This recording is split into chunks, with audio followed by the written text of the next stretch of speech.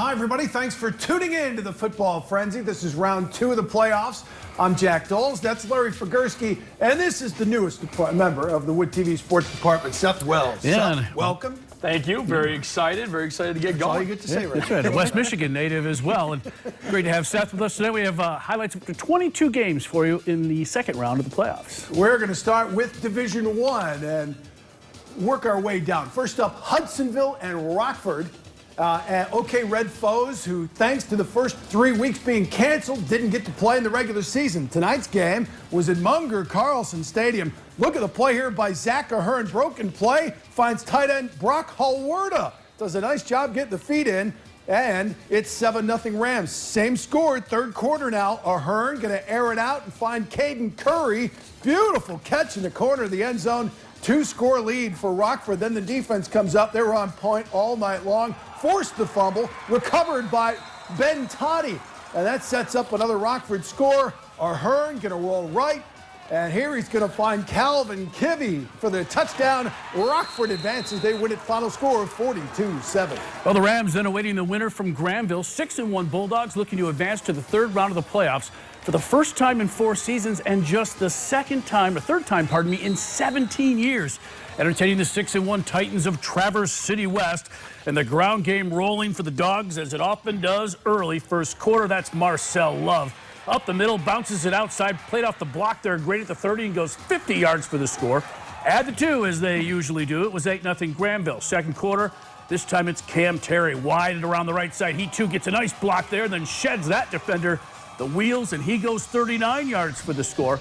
Made it 22-zip. Then just 3 minutes later, well, you thought Cam had some wheels on the first highlight. Check this time out. Just zipping away from everybody else. 52 yards to pay dirt. That made it 28-0. That was a score at the half. Granville cruises home from there. Shutout win tonight over TC West, 35-zip. As we head to Division 2, we had a monster matchup at Mona Shores. The undefeated Sailors hosting co-OK White champion Forest Hills Central. The Rangers' only loss of the season came back in Week 3. Forest Hills Central had won 4 of 6 all-time matchups coming in. 10-7 Forest Hills Central at the half. The opening kickoff in the second is fielded by Jacob Bonnet. He takes it 89 yards all the way to the house.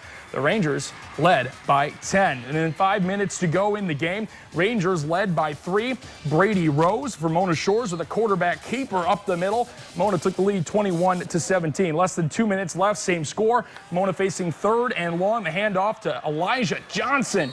Takes it 30 yards in for 6. Sailors led by 11. Mona up 3, though, with 9 seconds left after the Rangers recovered an onside kick.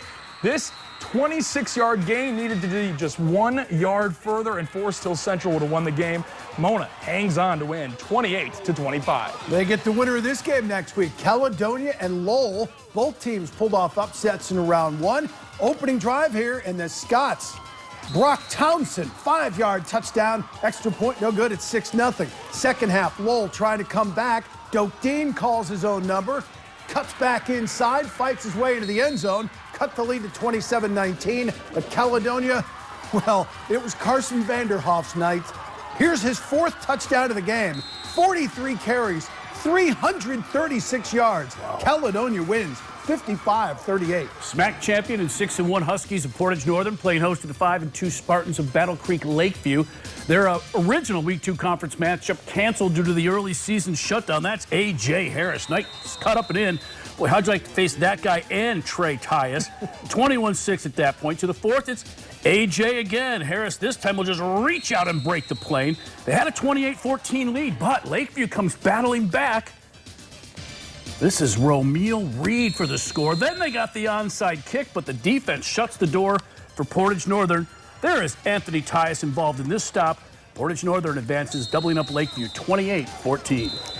And out to East Lansing we go, where Portage Central finally got their crack to play the Trojans after having to forfeit their Week 1 game due to COVID-19 issues. We're going to get this thing started here. East Lansing up 7-0 when Ambrose Wilson finds Evan Sunderman in the back of the end zone. Trojans up 14. Wilson pass in the middle of the field here to Mason Woods. 45-yard play into the end zone. East Lansing takes this one easily, 49-6. All right, we're going to take it to Division 3 now. First up, Holland at East Grand Rapids. And the Pioneers had a very productive first quarter. Holland has to punt. Nate Milanowski fields it at his 40, heads up the sideline. Watch him cut through two defenders right here. They miss, and he's off to the races. 60-yard punt return. East up 7-0. Still in the first quarter. Pioneers ball. This is their first drive. Great fake there. And then Patrick Burns hits Milanowski. Another touchdown, his second of the game, 40-yard pass, and it's 14-0. Then Holland driving. Well, watch this pass. Screen is picked off. Aiden Stadel read it perfectly, takes it to the house. Offense, defense, special teams score in the first quarter. East wins 63-26. Now to the Southwest Lakeshore now, 5-2 Harper Creek, making the trip to St. Joseph.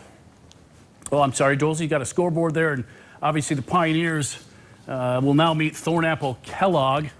Yeah, Zeeland West had to forfeit because of COVID, so Middleville, DELTON-KELLOGG advances. Trojans win that one on a forfeit. All right, now to the Southwest Lakeshore. 5-2 Harper Creek making the trip to St. Joseph to meet the 6-1 Bears. Bears start off with a little play action coming up here. Troy Prattley fakes the handoff, keeps it instead, goes up top. That is Griffin Shinrock back of the end zone for the touchdown. 16 yards. They let it 14-3 at the half. Third quarter, Bears inside give this time, and it's Shinrock again. Nice moves there, and then just outruns the secondary, takes that one to the house. 43 yards for the score to make it 21-3.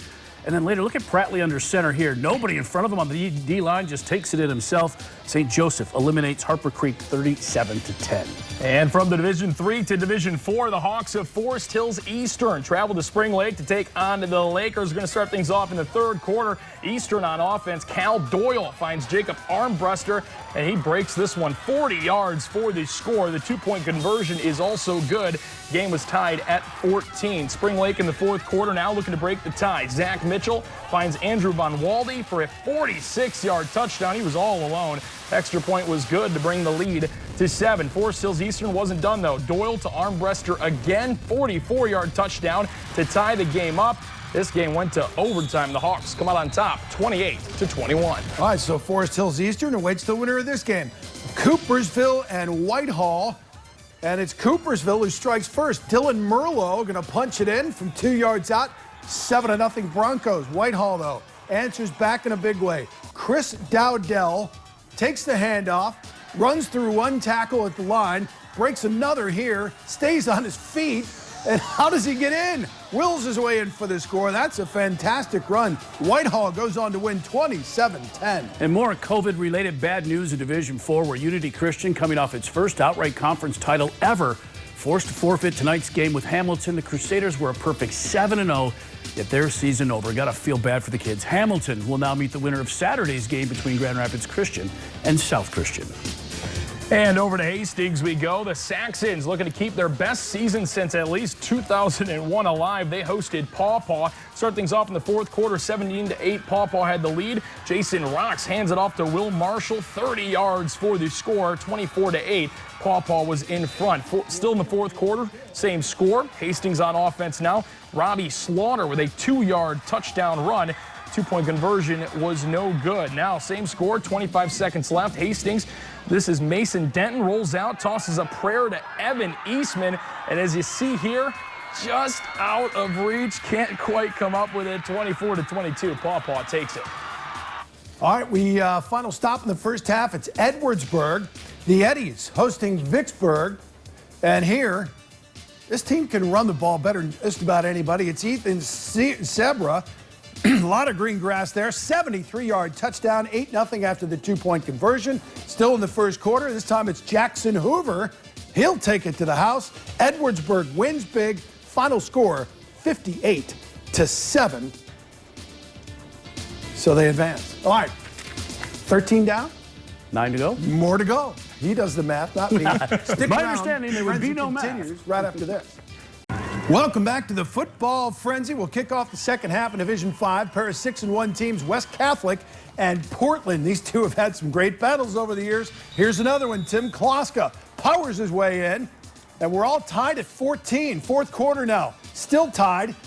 Noah Arsulowitz calls his own number. He's in, and West Catholic leads at 21-14. But the Raiders have an answer. Hayden Getchell, 16-yard run right up the gut. And this game's tied 21-21. And then the Raiders, it's Trent Trueweiler. Say that 3 times fast. Trent Trueweiler. Yeah. Touchdown. Touchdown, Trent. Portland goes on to win this one 28-21. Now you got through 1.5. Red Raiders then awaiting the winners from the CAT, defending Division IV state champion, and unbeaten Grand Rapids Catholic Central, entertaining 6-1 Belding tonight. First possession for CC, Joey Silveri. Who else floating it? Near side, that's Danny Krajewski who makes the grab. 20-yard touchdown quickly, 7-0 Cougars. Then after Belding returned the ensuing kickoff for 6 to cut it to 1, Silveri up top, guess who? Jace Williams back of the end zone. 30-yard TD strike. It was 28-6 CC at the half. Fourth quarter, same connection again. This time Silveri short over the middle. Williams the grab at the 23 and just waltzing in from there. 35-yard score. Nick Holloran added a 71-yarder here. CC just keeps rolling, ousting Belding tonight, 41-6. All right, over to Oak Ridge we go for the first ever meeting between the Eagles and the Big Rapids Cardinals. They're going to get the action started in the third quarter. Corey Vanderput takes the handoff, goes 34 yards down the far sideline for the touchdown. Oak Ridge had a 20-6 lead. Vanderput wasn't done. He had quite the day. This time he finds a hole. He's off to the races for a 71-yard score as he gets the stiff arm there to break free around midfield. The Eagles were up 27-13. And why not one more? Vanderput had a day. Let's keep it going. Fouls the big man right up the middle for the score. Oak Ridge beats Big Rapids 41-20. Next up for Oak Ridge, the winner of Tri-County and Grant. Grant came out all fired up, but Tri-County already up 8-0. Watch this pass. Tyler Tompkins hits Braden Hallman in the end zone. That's a thing of beauty, and it's 16-0 Vikings. Grant trailing 24-0 gets on the board. Orion Evans, 10-yard touchdown run, 24-6 ball game, but right before the half, Tri-County gets one more. It's Tompkins to John Nelson on the slant. He's in for the score. That made it 40-14. Tri-County wins 40-21. Let's head south to Kalamazoo now. Another battle of 6-1 teams. KZoo United tangling with the Eagles of Olivet. Eagles already up 7 in the second. They take advantage of a Titan turnover. That's Clay Flower, following Cam Webb into the end zone. Made it 14-zip. Then later, Flower again for the handoff, straight up the middle and in. Third of his 4 TDs on the day. Olivet ousting Kalamazoo United tonight. Doubles them up. 28-14. Out to Lansing Catholic. South Haven taking on the Division V state champion from last year. First quarter, Joey Baker lets it fly. He hits Jake Maloney right in the breadbasket. 56 yards on the touchdown. Then Baker on the prowl once more with his eyes on the prize. Connects with Waters for an 18-yard touchdown. Alex Waters, that is. 14-0 Cougars. And the offense kept right on roaring into the second quarter. Baker to Waters once more. A 3-touchdown night for Joey B to go along with his 298 yards. Lansing Catholic rolls 49-14, the final. In Division 6, Harrison at Muskegon Catholic. And the Crusaders kind of like playoff time, don't they? Here it's the handoff. Joe Walker, 23-yard touchdown run. And it's Muskegon Catholic on the board first. Got into the end zone. Second quarter now on a 3rd and 17. Max Price drops back, and he's got Dane Rutz. He's in for a 21-yard touchdown, 14-0. Muskegon Catholic over Harrison, 28-0. In Division 7, SWAC Valley champion and 6-1 Schoolcraft facing DELTON-KELLOGG for the second time in 3 weeks. Eagles won the first meeting 33-7, about the same tonight. That's Alex Thole, handoff Jimmy Downs. In from 3 yards out, it was 7-0. Later, Thole, the draw to Downs. He's inside, he's outside, he's back inside, he's back outside, picking his way through traffic down the far sidelines and in. Add the 2-point conversion. They had a 15-0 lead. And what the heck? How about the same 2 again? This time to the near sidelines off the pitch. Look at the run here by Downs. Just going to follow his blockers. Really sets him up well. And then cut back there and in from long range again. Schoolcraft, second time in 3 weeks, knocks off DELTON-KELLOGG, this time for good, 43-14. And out east we go to Ithaca. The Ravenna Bulldogs visiting the undefeated Yellow Jackets. Ithaca up 21-0 at half. Third quarter, Brady Hesbrook on the quarterback keeper waltzes into the end zone. The 5-yard touchdown made it 28-0. Next drive, the handoff to Derek Dreher. He carries the defenders into the end zone with him for an 11-yard score. Ithaca goes on to win big, 41-0. Our 22nd and final game of the night in Division 8. The Holton Red Devils made the trip to Fowler. Third quarter, it's Fowler. Damian Miller going to take the handoff. He's got a hole, and then he's got green grass in front of him. And then we've got people running in front of a camera. but it's a touchdown, and it's 40-6 Fowler at that point. And they weren't finished yet. This time it's Peyton Follick. Takes the handoff, little misdirection. Another touchdown, 54-6. Fowler ends Holton's season. All right, other scores to pass along from this Friday night. Carson City Crystal, Tim Swar's Carson City Crystal team now wins at 52-13 to advance that in Division 8. We also have Mendon falling tonight to Reading. You got that scoreboard? Here you go. 50-8. 50-8. And Centerville beats White Pigeon. Final score there is 16-0. All right, that's it for the high school football highlights. When we come back, check in on Cornerstone. Tim Elders